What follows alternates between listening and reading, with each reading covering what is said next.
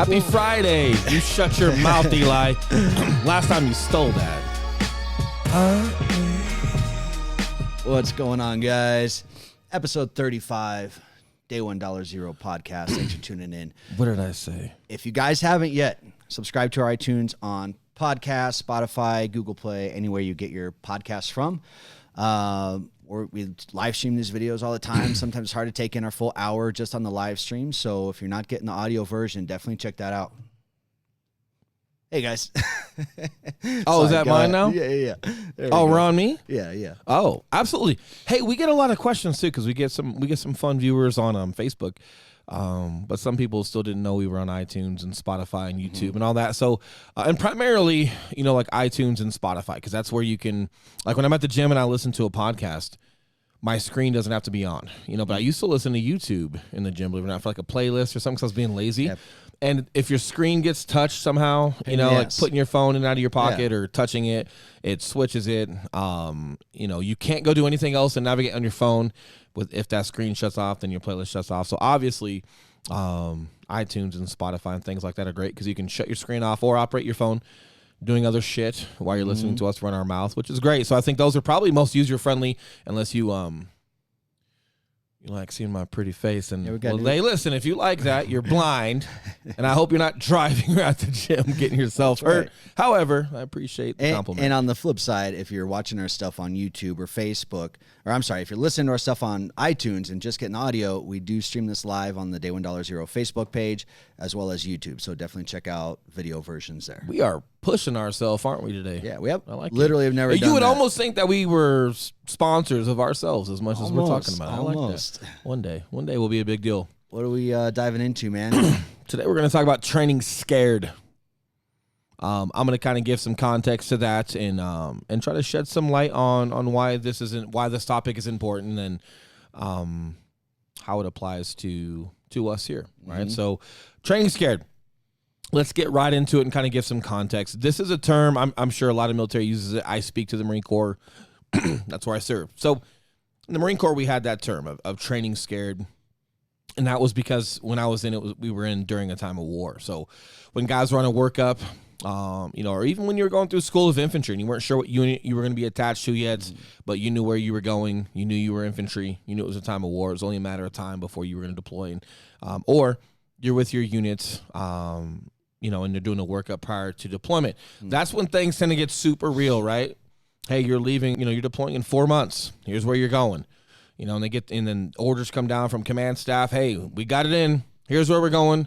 Here's when we're going. Now we're starting like an actual workup with, just guided direction of training FXs and how we're going to approach preparing for combat and specifically to where you're going. What's average time that you find? I don't know.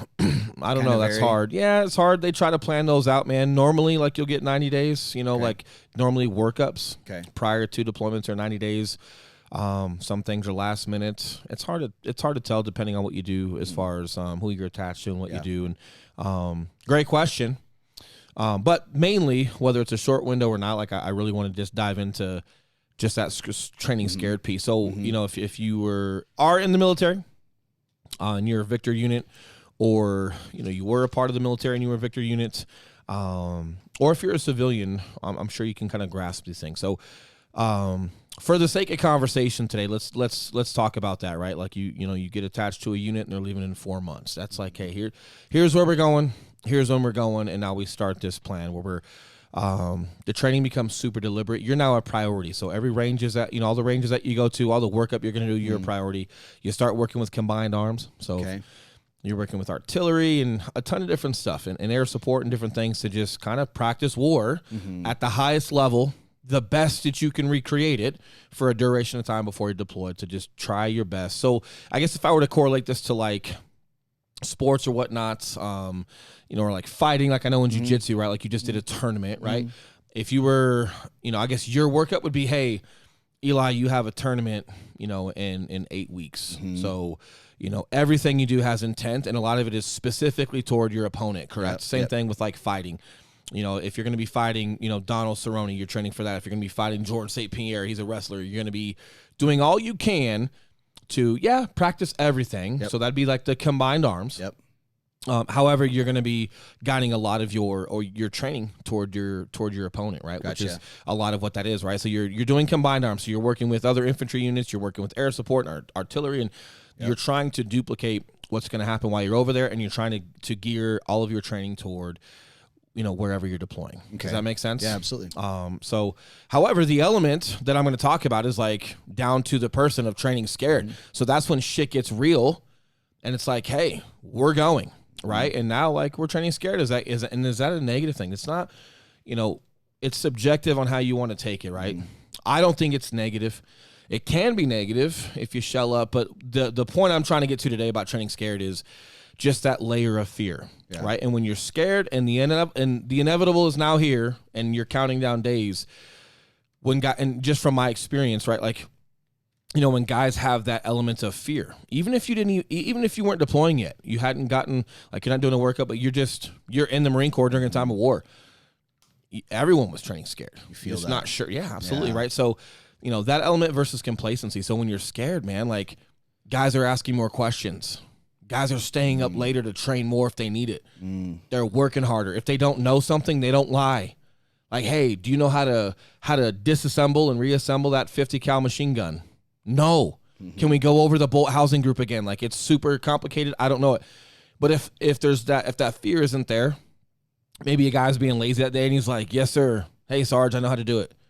And then does that sergeant actually check to see if he can do it? Because is that sergeant training scared? Right? Because as a sergeant, like, hey, I'm a leader. Not only do I have to be, subject matter expert at everything that my my squad is going to be doing, I have to be proficient and I have to make sure they're proficient. So if a guy says, yeah, he knows how to do something, great, run me through it. Yeah. Or if a guy says, yeah, Sarge, I know how to diss and ass that 50 cal. Okay. All right, guys, have a good weekend. Right? Because there's just maybe that complacency. Right. But when the inevitable is going to happen and you're there during that time of war, you have a ton of fear. But that fear allows you to engage, and again, man, guys are actually putting out and they're trying hard and they're asking more questions and they're staying up late and they're eager to have, like, to support one another. Hey, I got your back because, oh shit, I need you to have my back. Yep. Hopefully I'm describing this the best that I can, right? It is. In question, not to deviate from your point, but I am curious. Do you find guys that go the opposite way? Do you find most guys get more productive out of fear does that start affecting some guys in a negative way? I didn't see it. Yeah. So I guess speaking from, like, my experience when I was in the Marine Corps and we were training, and again, man, just being in the Marine Corps during that time, I think there was a layer of preparedness and a layer of fear. I also feel like there was momentum there because you're in a group. So if someone were to be different, I don't know if they had time. If someone were to clam up and not be prepared, you didn't see it much because the majority and the momentum was to being prepared. Okay. Right. And the pace of training, I don't know if you had time to think to clam up. I think you were just doing all you can to make sure you're prepared. There were one or two guys that while I was in, one guy specifically, nice guy, I'm not going to trash talk him. He said he was a conscientious objector, which means, oh, hey, all right, I just found out we're deploying. Oh, hey, I can't with my conscience take anyone's life morally, and correct. There's a movie about a guy like that, right? Right, and I'm not talking trash. I'm not getting into it. That was so per your question. That was the only thing I ever saw. I don't want to say that he was faking it. However, you join the Marine Corps and you join the infantry during a time of war. I feel like that thought would have come up sooner. Yeah. However, maybe you just didn't give it much thought, and then when it became real, then you did give it thought. Right. So I'm not going to pass any judgment or pretend to know or think I know what he was thinking. Yeah. However, per your question, that's the only thing I ever saw was somebody claim that. Obviously, at that point, he can't deploy. Right, he can't, or he at least can't deploy to a combat zone, right? Because you can get Marines hurt, right? So, maybe people use that as a way out, or maybe that was just how he felt. I don't know. But again, man, just, and I guess we can talk about momentum and just strength in numbers as well, because maybe why that wasn't happening was because there was just in the Marine Corps, you've got a group of guys. You're with a unit, and everybody is trying their hardest, and everyone has each other's back, and you're not doing it alone, right? So that's probably Shantosh did a podcast the other day and he was talking about how do you get tough, and he talked about some things and I don't want to speak for him, but he's talking about individual things that you can do by yourself every single day in putting other people first. Like simple things like when you get home, instead of taking a shower, or taking your shoes off and sitting on the couch and relaxing. When you get home, do something for someone. So, hey, when I get home, just do the dishes right quick. Yep. Or grab Cash and take him off of Kate's hands for a minute so she can do something. Like, hey, just do 1 or 2 more things for someone else before you take care of yourself. Like little stuff Be like of that. service in some form.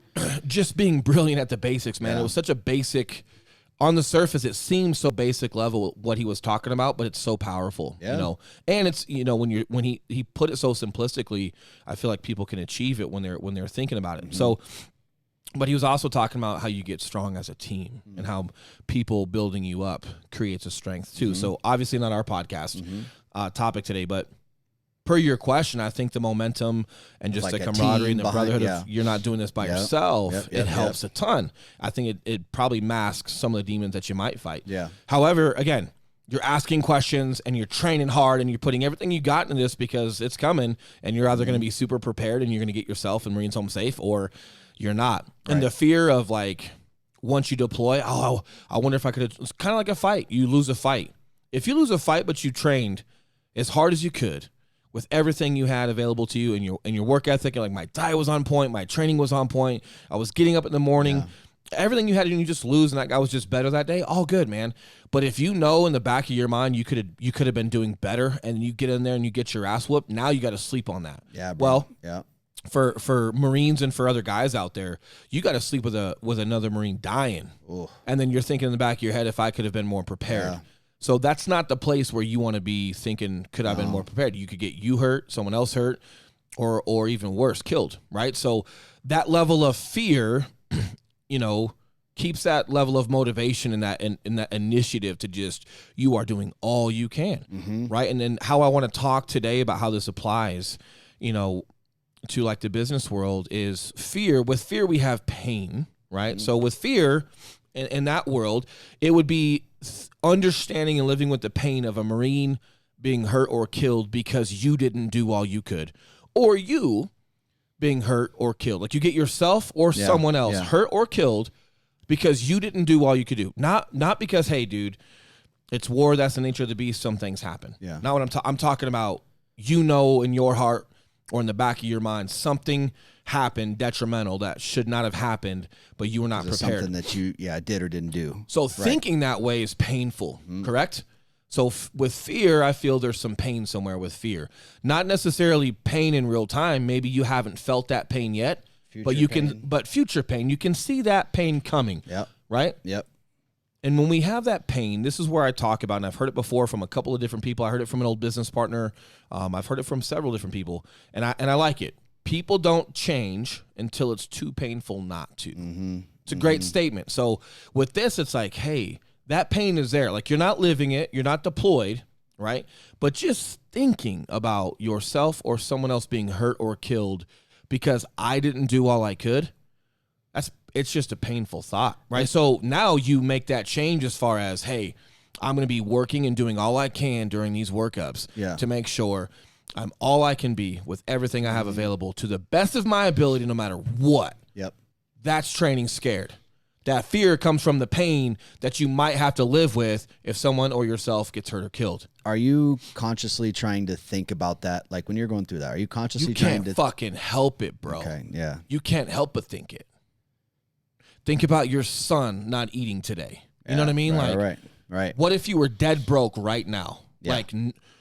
There's no other thought coming in there. What if you had no business coming at all right now? What if you were leaving real estate and had 90 days of a little bit of money if you stretched it? Because you got 90 days to deploy, which means you got 90 days to where you might be dead. So you got 90 days of being flat broke, nothing, no credit cards, no savings account, no nothing. And you're venturing into something. Yeah.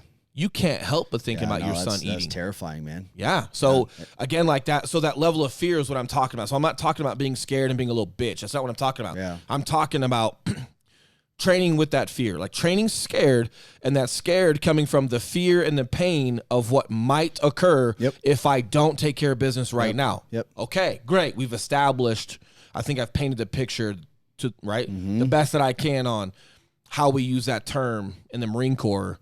Hey, when guys are training scared, like why they're so sharp, why there's so much production during those windows, right? And by the way, when you go on a workup, you're not going home, right? So like, you know, like what's a workup? So like after boot camp and like in boot camp, you ain't going home. You'll stay there. Okay. Once you get to your unit, right? You're with a Victor unit, so with, you know, whatever you're with, you know, at night you can go. If you live off base, you can go home. You go especially if you're married and you live off base or you live in base housing. Camp.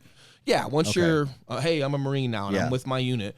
You know, at the end of your workday, when you're not deployed, you can go home, right? If you live on base housing or if you live off base with your family, you go off base, you go home to your family. Okay. When you're on a workup, which is like that deliberate, prioritized training prior to deployment, right? So a lot of times you do that at a different base. You can go to 29 Palms. There's just a lot of different stuff that goes on during those. I'm not sure how they quite run it right now. Obviously, I'm not in, so I can't speak to it. But neither here nor there, wherever you're at. The point is, you ain't going home. So during that workup, you're there. You're days, eating, 4 months, sleeping, shitting, breathing, training. That is it. And you're together with your unit, and the ideology is to become a unit, to become even more cohesive than you already have been with your unit. And by the way, even if you've been with your unit for several years, and even if your unit has done several deployments, before the next deployment, you always do a workup. Okay. Does that make sense? Every single time. Every time. Okay. So kind of like a fighter. He has a fight camp. New training camp every time. Unless you're Donald Cerrone and you fight 19,000 times a year because you're a bad motherfucker. Yeah. Cool.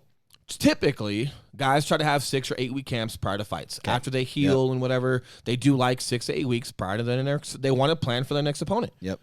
And they want that workup, correct? So no matter how veteran you are, you still want that workup. So very similar to that, right? Okay.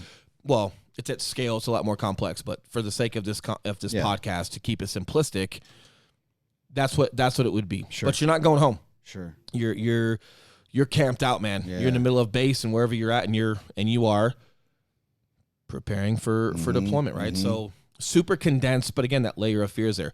That layer of fear comes from the pain of what might occur if you're not prepared. Now, with that, like, you're just scared that even if you are prepared, that maybe you don't come home, right? There's always going to be that with there. I can't speak to that as far as trying to correlate it to this whole thing. Yeah. Where it does correlate is just that fear, right? And that fear, again, the fear comes from the pain of what might be the inevitable if you are not prepared. Okay.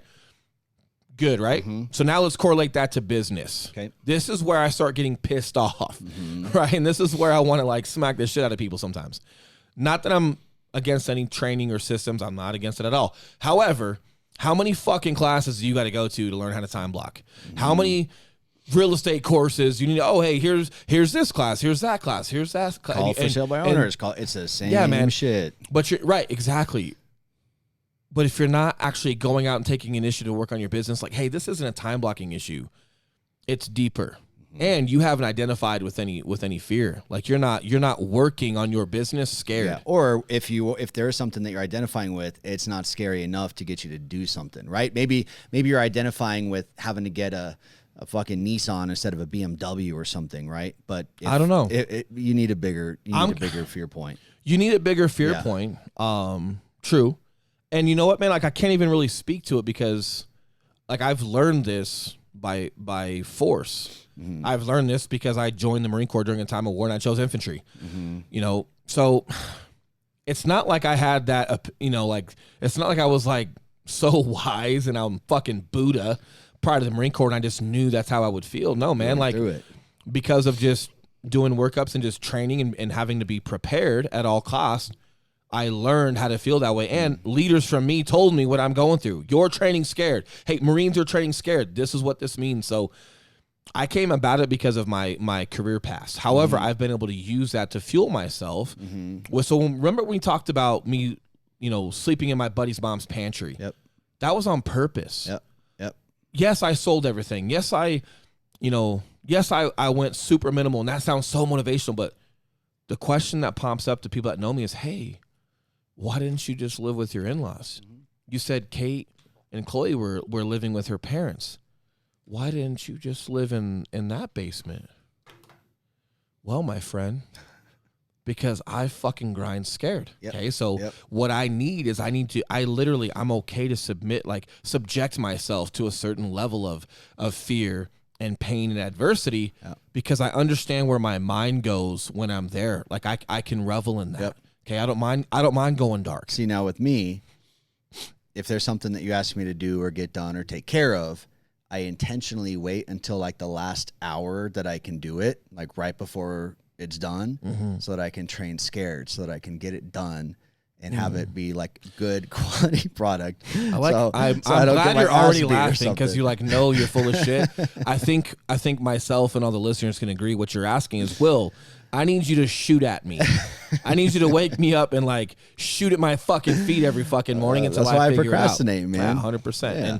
And listen, man, it's not like I haven't procrastinated before, and we're all human, and I know that we're imperfect, but I hope I'm getting this point across. So correlating that to business, man, there was a reason I slept in that pantry on a barely even mattress. I swear to God, the thing was like 4 inches thick, man. It was just an old mattress, and we threw it in that pantry, and I slept on it. But again, I woke up, I got the gym done, I got my mind right. Then I studied all day, and I went and did lift at night. I hated lift more than I hated studying. Yep. And the training scared, so studying and working scared was like, look, unless you want a different outcome, and unless you want to be treated like this and feel like this for a long time, you better figure this real estate thing out or something else. Yeah, yeah. And I knew, like, I wasn't sure if it was going to be real estate. I was studying for real estate, and I was going to do it. But I also knew, like, hey, you know what? I'm going to give this all I got. And if it's not real estate, if I come to find out that's not for me, something's going to come from it. Someone I meet, a relationship I run into, and it takes me in a different direction, that's more than okay. But it's either going to be this real estate thing or something that derives from this pipeline. However, I am not doing this other stuff. Now, helping build that fitness company, like, and then, the police officer stuff, the Marine Corps stuff, the SOCOM stuff, did I have a solid resume where, hey, Will, that's not fair.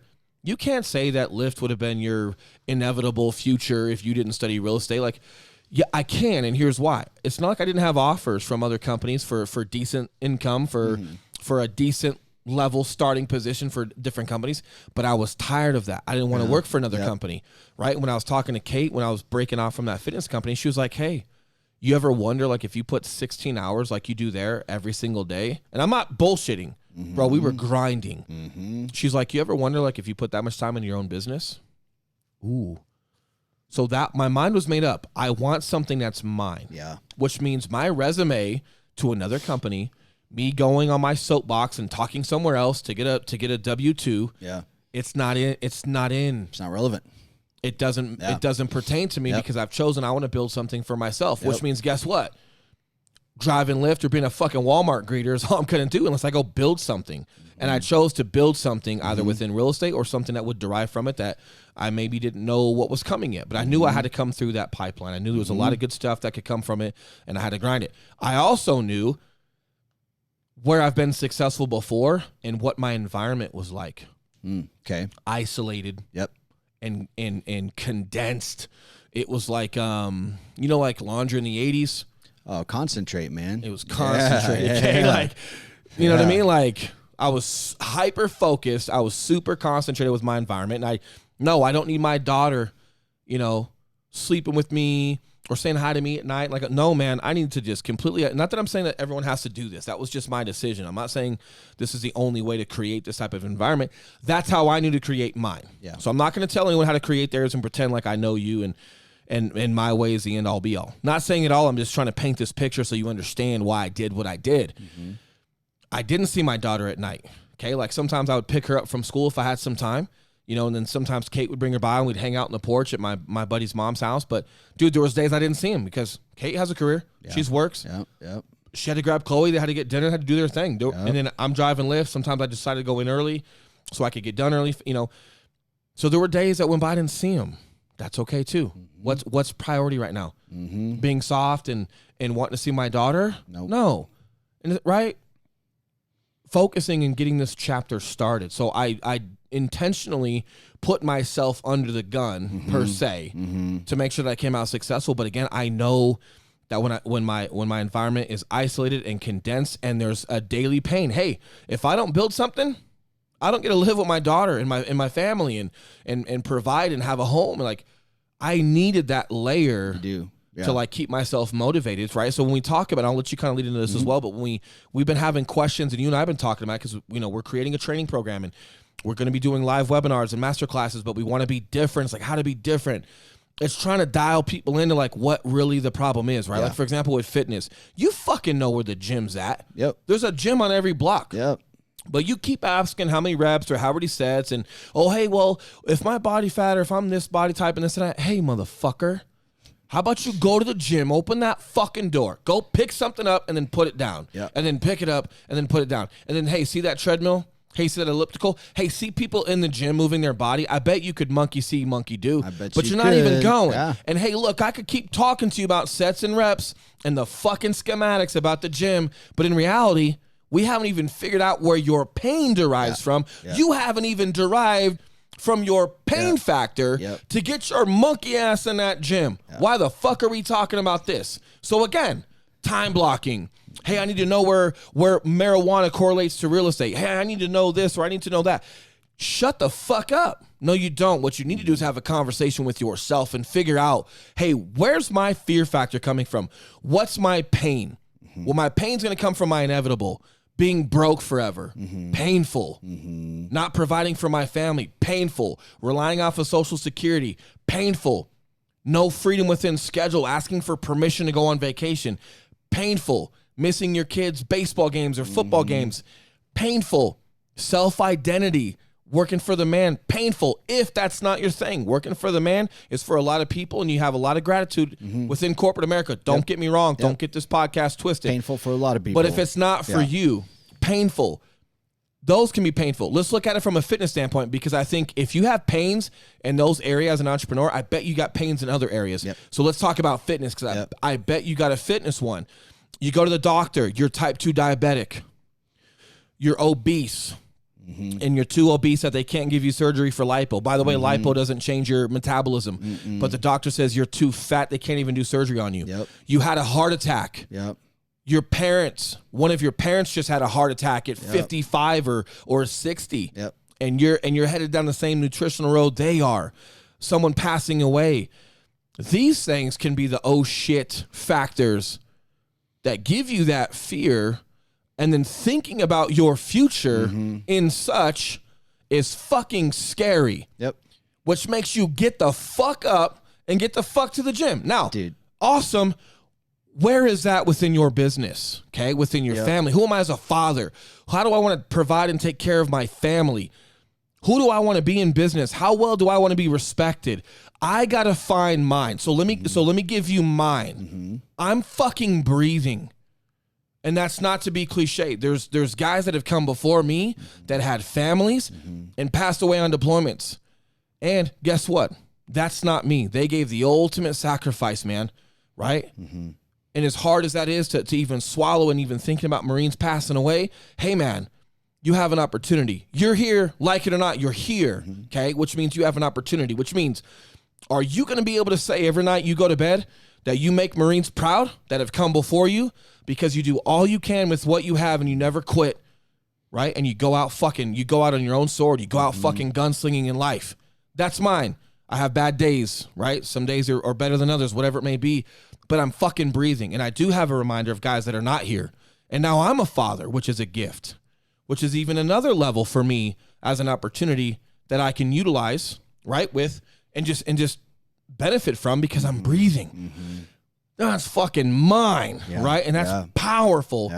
You don't have to have mine. I don't expect everyone to relate to military. I don't expect everyone to support military. This is not about that. This is about, look, man, that's my story. That's where my passion and that's where my perspective and my drive and everything comes from, correct? Initially comes from. Now I've got even more like not letting you down because you're like a brother, like a Marine. Same. So there's contingents that fall upon my foundation of passion. Right.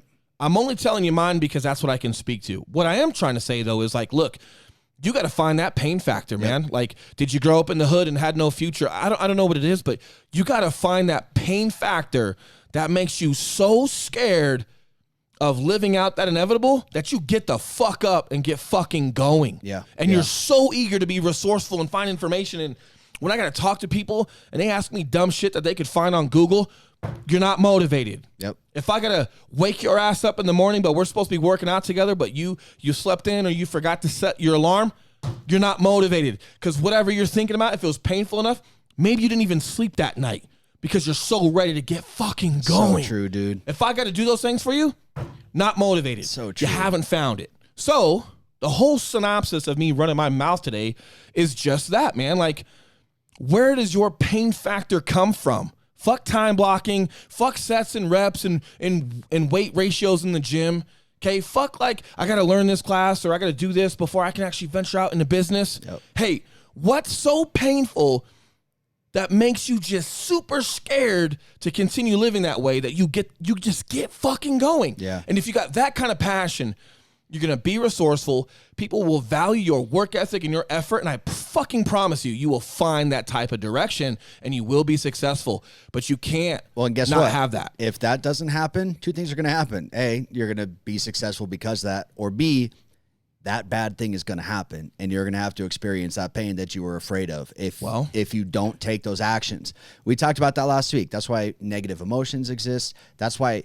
Not why bad things happen. I don't fucking know why bad things happen, but they happen. Mm-hmm. So are you going to use that to make a change and take yourself to where you need to be, right? Because, I mean, that bad thing will happen regardless unless you take preventative measures. I mean, or could. Well, and look, man, like there's just things that you can't control in life. You don't control life, right? Like if you, for the most part, like we've heard of people having diseases or getting cancer, but they're like the most healthy people in the world, like they die of lung cancer, but they never smoked a cigarette in their life. Like just things that can kind of blow your mind, right? Mm-hmm. I get it. Like there are no, you don't have any controls over those things, right? Like, however, we do control like our behaviors and our actions and our thought process and our spirit. Yes. And we have a super large influence on our outcome, right? And if you're going to fall back on an anomaly, right? Well, you're going to die anyway. Shut the fuck up. Shut the fuck up. I can't even talk to you. You're just someone that's given up. Yeah. And if you're going to just live life like that because you're going to make the anomaly a commonality. No, man. And your quality of life is super important. And yes, man, regardless of how much income you want or things like that, you do have a large influence on the outcome of your just quality of life, right? And you got to just be super proactive with that. I'm an outspoken guy. I'm a passionate guy. Let me also be clear. You don't have to necessarily express yourself like I do. Okay? Like there's nothing wrong with like having a fire in your belly and that's where it's at and it's in your thoughts and it's in your belly and you don't necessarily have to preach or run your mouth like I do. I do this. We self-promote. I speak to what I can based off of my experiences because I feel like just like I'm being a father and I'm being an entrepreneur and my quality of life is good, I also feel good to scale a message that I think is quality, to scale a message that I think is true, to scale a message that I think is raw and uncut and no bullshit to it. I do think there's a lot of smoke and mirrors out there. So when you and I talk about business and we're doing these podcasts, we don't fluff shit. We talk about our numbers that are real numbers. We talk about day one, $0 from the ground up, where we come from. We're still at a level that's super obtainable.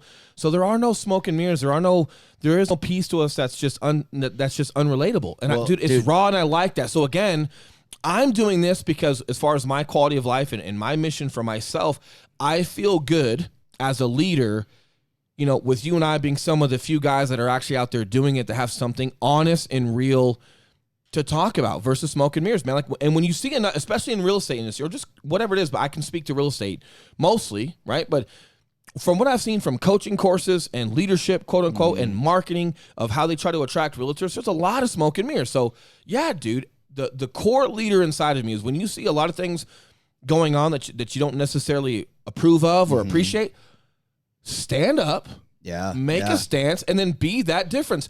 Don't sit there and see all that happening and not stand up.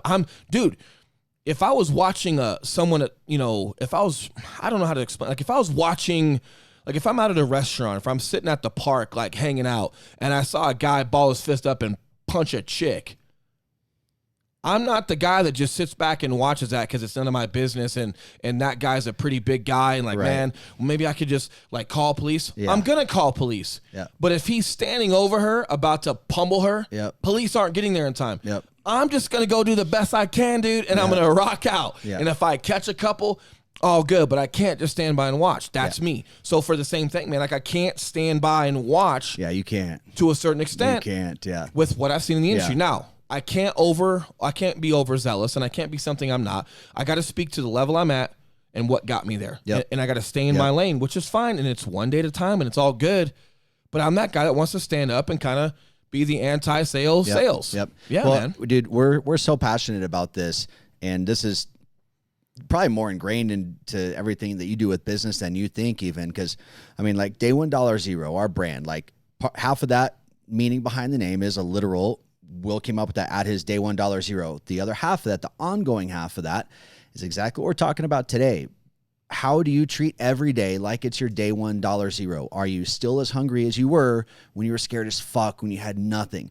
Are you still being as resourceful and as economical with your money as you can be when you have plenty of it in the bank now and you're more successful, but you're building your business a smart way? Are you still being economical with the way that you're doing things? Because that's when you get really creative. That's when you get really resourceful. When you start throwing money at everything, guys, you lose track of what's going on. You get out of touch with shit. There's just something really special that happens when you just go to with your day-to-day, being humble, like you have no money. You get to a really creative, resourceful place that I think is really healthy for business. I agree. And I think, just being deliberate and having intent behind what you're doing, man. Like being deliberate and having intent, even just behind the words you speak. Yeah.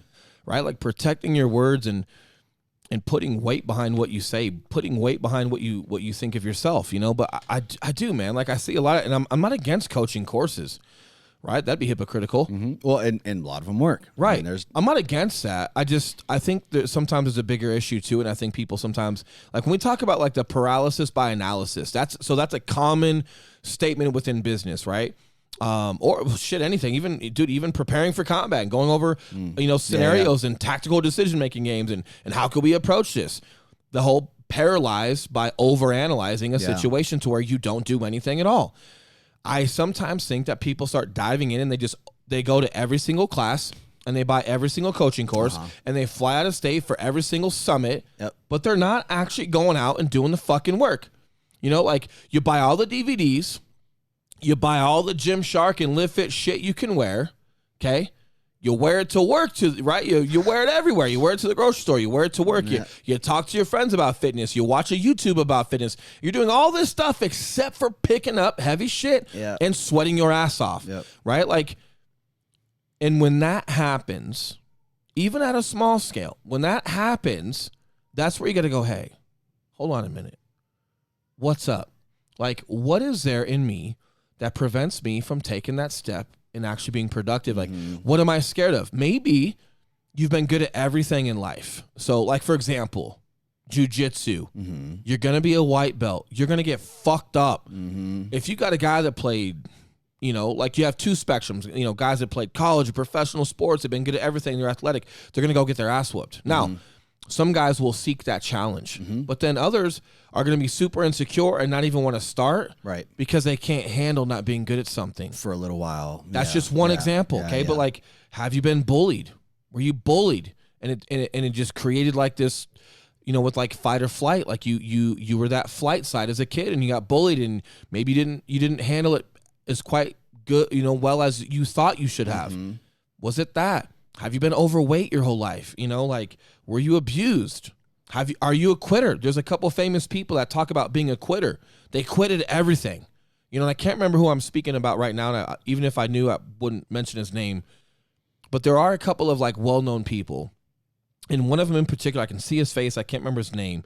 He talked about, I quit everything in my life. Ooh, yeah. I quit everything. Yeah. And he finally, like, it just got too painful. And he's like, I'm going to do this. And no matter what, I am not going to quit. So it could be that, like, did you not take sports very serious in life? Did you not take school very serious? Like, have you started some things but never finished? Like, even in your courses, like, you buy a 90-day course, you don't finish it. You hire a personal trainer, you don't train with them. You go online and someone's doing some, like, 90-day weight loss or 30-day weight loss challenge, but you don't finish it. You do New Year's resolutions, but you don't stick to them. You do the feel-good part. Are you just a serial quitter because, hey, no, I'm not a quitter. Like, I have a good life. I have a good job. And when people tell me what to do, I can do it. But when it comes to, like, self-initiated action or whatever it may be, have you just never taken anything serious enough where you've just always kind of quit everything? Okay, so so it could be that, like, you know what? God damn it. this fucking will just pinned me. Fuck, I'm a quitter. Because some people, no, man, I'm not, like, I'm overweight, but I'm okay. I'm okay. Like, you know, like, let's use dad bod for lack of a better term. Everyone knows what the quote unquote dad bod looks like. Yeah. So what if there's guys out there like, yeah, I got the dad bod, but no, I'm not too painful. I'm okay, man. It's like, not that bad. I'm 30 pounds overweight, not 80. Yeah, I eat some junk on the weekend, but I'm happy. And no, it's not that. And no, I've never been bullied. And like, oh man, like I have a good career and it's going great where I want it. Like, maybe you're having a hard time identifying with any of this until I say that. Hey, maybe you're a serial quitter because your whole average Joe personality, well, really, like, you've just kind of like never put an extraordinary amount of effort into anything. And you've always just kind of been satisfied with that because you've never pushed yourself to a point to feel how much you're fucking leaving on the table. Yep. Ouch. Yep. Ouch. Chances are, if you're that guy and you don't think you're a quitter, you're probably also not a trier. You probably didn't even have shit to quit because you're probably not even taking anything on that's pushing you out of your comfort zone. It could also be failure, okay? Like the fear of failure. I can't fail. Listen, if you haven't failed, you are not even close to trying. Yep. I fail everything. That's a lie. Well, once I was baptized a Marine. Listen, man, that's all she wrote. I've been winning everything. I'm being funny. I'm being funny. I'm being lighthearted because obviously, like, I'm passionate and I want to keep it somewhat lighthearted, but I want there to be some seriousness and some intent behind my words to then bleed into you and give you some intent behind your actions and being deliberate with what you're doing. And that's my whole thing. I know you're gonna have some things to add as far as your perspective, right? Like, can you relate to what I'm saying in your own world? And then if you can, like, how are you applying that? Because I know some people might like, well, you're a Marine and you've had all these experiences to correlate things to. Like, I'm just whatever. First and foremost, I'm a guy. I'm a dude, okay? Like, if you start comparing yourself to me or thinking that, like, I've got different experiences that should be rated higher than yours, not true. Those were decisions I made, and I came out on the good side, and I've learned and I've applied what I have. You can do the same exact thing with your experiences. Don't start putting people on pedestals, man. No one, and Tosh spoke to me about this, man, and it was great, and it's so simplistic but just deep, right? No one is too big and no one is too small. Period, man. Like, and which means, like, have some confidence behind, like, people that you put on pedestals. Don't put them there. However, you should still be working and grinding your ass off to rate that. So if you're putting people on pedestals and pretending like you cannot be that, well, maybe deep down inside it's your work ethic and your self-respect and your integrity that's allowing them to be on a pedestal. So maybe they're not on a pedestal. Maybe you've just put yourself below them. Right? You know what I'm saying? Yep. And then on top of that, at the same time, no one is too small. Right? People that respect you or that seek your time or ask for some things, like, do your best to always try to, like, you know, give back in some form of fashion and respect people regardless of where they're at. But, you know, so from your side, I'm guessing this might be one of the unique times where, like, you know, someone listening might want to hear, like, the civilian entrepreneur side to what I'm talking about, how I've correlated training scared. I know you haven't thought of it because I brought this term to you. But I'm sure now that I've spoken on it, I'm sure there's something there, dude, that, you know, fucking up flips and going broke and not being able to feed your family. I'm sure there's something there that you can relate to. It started off with weight. Like, as a kid, I was a chubby kid. I remember being 200 pounds in 8th grade. Not the good kind of 200 pounds either. What did you just say? And 200 pounds, 8th grade, little chubby kid. You were 200 in 8th grade? Yeah, 200 pounds in 8th grade. I mean, you said you were big, but I didn't know how. I did hold it well. Like, I'll say, it was more like evenly distributed. Sure. Because I'm thinking, like, dude, I was 200 when I graduated high school. Yeah, bro. Yeah, so I carried it well. I was 200 in 8th grade. You were the right kind of 200. You're the 200 you want to be. I was the wrong kind of 200. My ratios were way off. And then, dude, prior to that, man, I was that guy that just didn't try things long enough and would end up, I'm not good at that, I quit, right? That was me. Until I started playing the drums and fell in love with that, which ultimately led to me accidentally losing weight, because I would just go home, put on headphones, turn on Pantera, Metallica, and just taught myself the drums and lost a ton of weight in just a few months. So accidentally got in shape. That pain of, like, you know, I remember one night, like, crying before, it was like first day of school back after summer, where everyone has, like, new clothes, new shoes, everything, you know, and I had all that, and I was going to wanted to wear shorts, but I was upset that I thought I had cankles. Oh, shit. So I remember literally crying myself to sleep that night because I was so nervous to wear shorts the next day. And then I think I actually ended up wearing like jeans or something in hot ass Indiana. But you did have cankles because you were fat. I felt like I had cankles, yes. I'm not saying that I feel that way. I'm just trying to keep the accuracy. That's why I hate calves so much now, man, for real. Bro, you have gorgeous I got calves. a good little taper down there, don't I? Phenomenal. Nice little tiny ankles, good Hey, calves. listen to me. Put this camera on me, Eli, since you're the guy operating this. Just to give people some hope. No shit.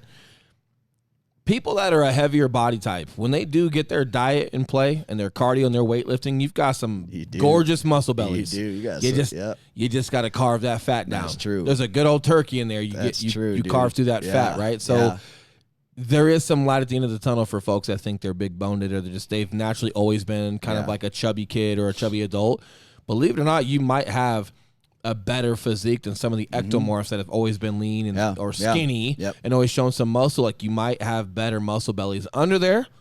You've just got to get to it, right? So just to highlight, if you're out there and you're frustrated, Eli was fat as fuck. Dude, but seriously, thinking of that pain day to day, that's why I will never get fat again, man. That's why I think a lot of people who were naturally athletic, high school quarterback star, like they're the dad bods, right? Where they get to a point and then they're just like they haven't felt the pain of being fat until it's too late, right? And then they're old. Lastly, with business, man, it's always just been financial, like just financial struggles, financial stress. Everyone can relate to that. Every entrepreneur can relate to that. Even if you have venture capitalists starting up your shit, you still have money, you got to fucking pay Not people. everyone can relate to that, though. No, but the majority of people, I would say, starting a business, unless you got daddy's money, but that's few and far between. Okay, that's what I was going to say, is if you have a safety net. Yeah, if you got a safety net. But speaking to entrepreneurs, like, that is, I mean, fuck, that's what's driven me since day one. And still drives me because, I mean, you see money coming in, but then money's coming out. Running a business is expensive, right? There's overhead. That's the stuff that keeps me up at night and keeps me, like, when I feel that little bit of anxiety, one thing I am really good at is not dwelling on it. I pop open the computer. I start doing something. I only start taking action. I start doing some new marketing campaigns, start kind of mapping out some ideas. I start coming up with something that's going to help move my business. And as long as I'm taking action, doing something, the anxiety kind of subsides, but it's also making me do something. And embellish, like reveling in it, right? Like feel it. Getting into the business, stop taking classes. And like, I'm not saying classes aren't important. I'm not saying not learning something's not important, but there's nothing more important than learning your craft. Okay. Like you can go train, you can go to an MMA gym all you want. You can go train your Muay Thai stuff and your wrestling stuff and your jiu-jitsu stuff. It's never, ever, ever going to equal being in a fight, period. Mm-hmm. Well, and here's the caveat to that. You have the option to not fight in that situation. No, you don't. In that situation, listen to me. Hold on. Let me finish. You shut your mouth. MMA gym, you're training. You don't ever have to go have a real fucking fight. Listen to me. Real life, you have to have that fight. That fight's going to happen whether you like it or not. True. However, you could be preparing for having to defend yourself in real life. Yeah, exactly. Or you're just going to be that guy that lives in quiet despair. Yes. Okay, yep. You're right. No one's ever going to force you to sign up for an MMA fight. Right. If you train an MMA gym. However, at some point when you start training enough, you're going to wonder where your skill level sets at. And you're going to wonder how well you can operate tested. Mm-hmm. You want to be tested. It's human, man. Mm-hmm. It's innate. You want to be tested. And not all people. Some people just want to put on a tap-out shirt and say they train at an MMA gym and Eli, go lay their head down on a pillow at night. Listen to me. I'm trusting that the fine folks on this podcast listening are not doing that. I'm going to give them benefit of doubt. However, if you have a little bit of that in you, call me. Yes. I will help you. Yeah, he will. I will come to your house and I will help you. He will help you get up in the morning. Or even just having dude, and even if you don't sign up for a fight, obviously I'm being partially funny here, but just having the confidence of if something happens in real life, you're as prepared as possible. I know we're getting close to this hour at like 50 minutes. We produce this stuff ourselves now, so I can see that clock. It's phenomenal. Yeah, so I love that because it keeps us somewhat to a time act. If we go over, we go over. Mm-hmm. I do like seeing it though to make sure like if we have more to say that's valuable, we let it keep going. If we don't, we keep it so you guys can hear it within an hour. But my kind of last note on this is what I got here. So. Just diving into it, like the value that's going to come from some things. So when you started getting out and you were playing the drums, and that you were playing so much and committing so much to it that there was some byproduct to that, right? Of not being fat because you're not eating as much and you're burning calories playing drums. I haven't asked you if Coke was involved. I'm assuming it's not because you were young in the band. Yeah, you were not 30 in a band. 8th grade. Yeah, you were 8th grade in the band. So I'm guessing it wasn't drug induced. Yeah. But I do like the point of what you said of like, man, I had been this way before. I ain't going back, you know, and like you know, like those old gangster movies, like I ain't going back to jail. I ain't going back to prison. That's also, and I'm being funny, but that's also, so everything that I talked about, it was like forecasting inevitable pain if you don't make a change, you know. But I'm glad you and I have different perspectives, and just the civilian side from you. You're like, man, I've had things before. Maybe that's how you were born. Maybe it's how you're raised. So maybe you were abused. Maybe you were beat. Maybe you were put down. And you had no control over that. But now you're like, I'm not going back to that. I'm not going to be a fat fuck. I'm not going to be made fun of at work. I'm not going to not be able to like sit in a normal sized car. I'm not going to be able to not go to Elitch's and ride a roller coaster with my son because I'm too big. Like, I'm not going back to that. Sitting on a bus and worried about every little bump you're going to hit because your man boobs are going to shake. Yeah. No guy should have the fucking concern in their head. There's other shit to worry about. Well, right, but even going to Elitch's, right? Like going to, so for those of you worldwide, right, going to an amusement park and riding a ride with your kid, because you're too big, or just going outside, dude, like just tying your own shoes. If I don't know, I'm trying to label as much as I can of maybe you have had something before and you're like, man, I'm never gonna, or you were bullied, whatever it is. So like now it's like I'm not gonna go back to something I've already lived and experienced, right? So. I do like your perspective on that. And then, kind of like my last food for thought on this, just to give some perspective, we talked about financial, right? I've got two, this is binary here. It's hard being broke. It's hard being broke. It's also hard to get financially free or to be wealthy. They're both hard. Pick your hard, right? And then same thing, being fat, not liking how clothes fit you. I'm not even talking obese, just being 30 pounds overweight and having to pick clothes and the clothes never fit you right. And you never feel quite good in them. And so then you don't really buy clothes and you don't really feel good about yourself. And you kind of just wear a hoodie or dad jeans, right? Or like whatever you're wearing because like, you fit in them, but you don't quite like how you look in them and it could be better. Look, being fat, it's hard. Being lean and healthy, it's hard. You've just got to pick your hard, right? I think those are some big messages because I think sometimes if we can't see the future, if the future looks hard, we forget. You're right, man. Like the future of losing 60 pounds, that's hard. Living 60 pounds overweight for the rest of your life and feeling like this in your clothes and not taking your shirt off to go to the pool or even, dude, just taking your shirt off to be intimate with your partner because you don't even want them to see you. Like things like that, man. Hey, it's easier. It's lazier, right? Like not easier, excuse me. It's lazier.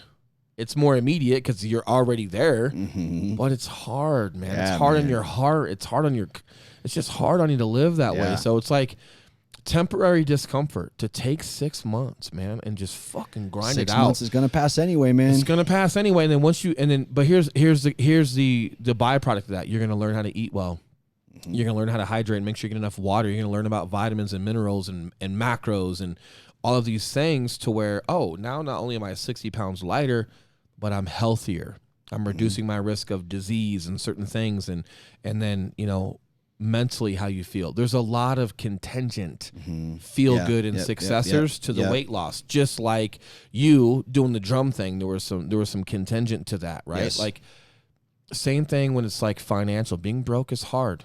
Okay, like being wealthy is hard as well. Like pick your hard. Which one do you want, man? And same thing with your fitness. But again, all of this is boiling down to what's going to make you train scared. Like, what are you scared about? What fear do you have that makes you scared to think about going toward because it's inevitable or not wanting to go back to, right? So again, and it's funny how this marries up because I'm very literal with day one $0. No, it was my day one and my $0 of real estate. I'm sleeping in my buddy's mom's fucking Y2K pantry. No, literal, day one, $0. How are you? Suck it easy, right? Fuck. That's how I see this. Hey, and then I purposely put myself there to prevent the inevitable, Yep. to prevent an outcome, Yep. right? Now your ideology is, what am I doing every day to live it like it's day $1 zero? And it's funny that you see it like that, because you're obviously not fat anymore. You're shredded, right? But you see the path of like, hey, what am I doing every day to not have that again? Dude, I still, you know what I mean? And still have everyday fear, man. And what I think people should try and do, naturally our brains want to seek comfort and seek safety, right? So we're always running away from that fear and trying not to feel that, right? What I consciously do this. If I start feeling comfortable, my brain gives me like red flag, red flag, red flag. This is comfort. It's the opposite for me. When I start feeling that fear, when I start feeling like, you know, scared of like, oh man, we have money. Like, what are we going to do? Yeah. That's green flags in my head all day. It's green. It's go, go, go, go, go. Right. Yeah. And so that's where, if you guys are at a place where you do feel comfortable, maybe you can't relate to what we're talking about. Like, hey, life is good. I'm feeling all right. It's time to level up, bitch. You need to put yourself in a situation, take on a new role, do something that's going to make you feel super uncomfortable and tap into that fear again. That means it's time to level up. And it could be something as simple as take jujitsu. Yes.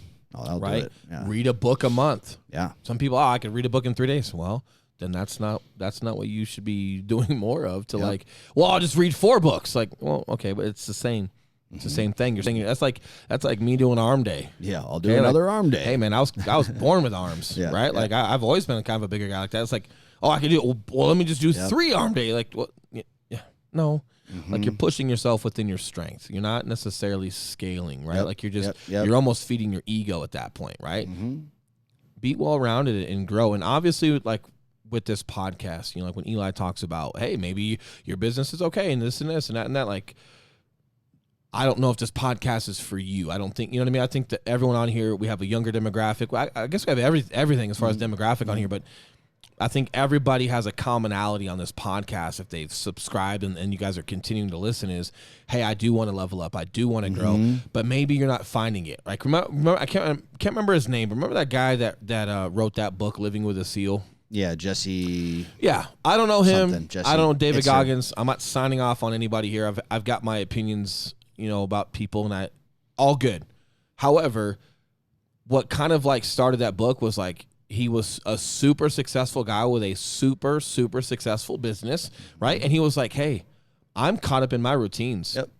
I wake up every day and I do everything I'm supposed to, but nothing more. Like, I'm just caught, I need to shake it up. I need to change. I need to grow outside. I need to go get a perspective from someone or something that I don't know how it's going to benefit me. I just know it is. So for whatever reason, he decided to fucking torture himself and do what he did. Interesting book. Read it if you like. Yeah, it's a good book. Not signing off on anyone, not giving my opinion of anyone, just saying, you know, the reason for that analogy was that guy's perspective was he was on top, man. He was super successful. He was everything. And he probably had a lot of people patting him on the ass and telling him how great he is, and everything he had to say was right, and everything he did was cool. And it was just like, I'm stuck in my routines. I'm stuck in this flow, which has now become a funk, because there's no growth outside of it. Hey, let me torture myself. Yep. So he did what he did.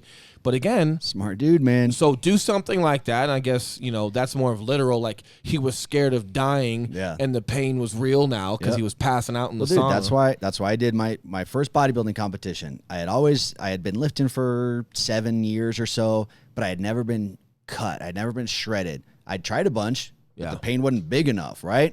Fuck, what's the thing if I have this, right? As soon as I like realized and saw my friend do his competition, I was like, ooh, getting on stage, wearing that, I'm fucking motivated. Confident. And I've never been, I mean, nothing will get you shredded like knowing you're going to be on a thong in front of all your friends and family. You like that? You like that visual? No, dude, I mean, I still got him. I'll put him on if you want. I'm on record right now. I still got him. Like red suede. Am I on video? Yeah. Nope. No. No, don't put those on, Eli. I would not want you to do that. For our listeners, he's shaking his head right now. Oh man. And we'll wrap it up. Those were my 2 endpoints. Was, you know, being broke is hard. Being wealthy is hard. Pick your hard. I'm sure. And I'm not claiming that quote. I've heard it before. I do like it. I think today I try to express how I get to that, you know, and then, you know, being fat, that's hard, man. It's emotionally hard. It's physically hard. Being lean and healthy is also hard, but the benefits that come along with being lean and being healthy, unimaginable to what you can have with that. You know, same thing with wealth.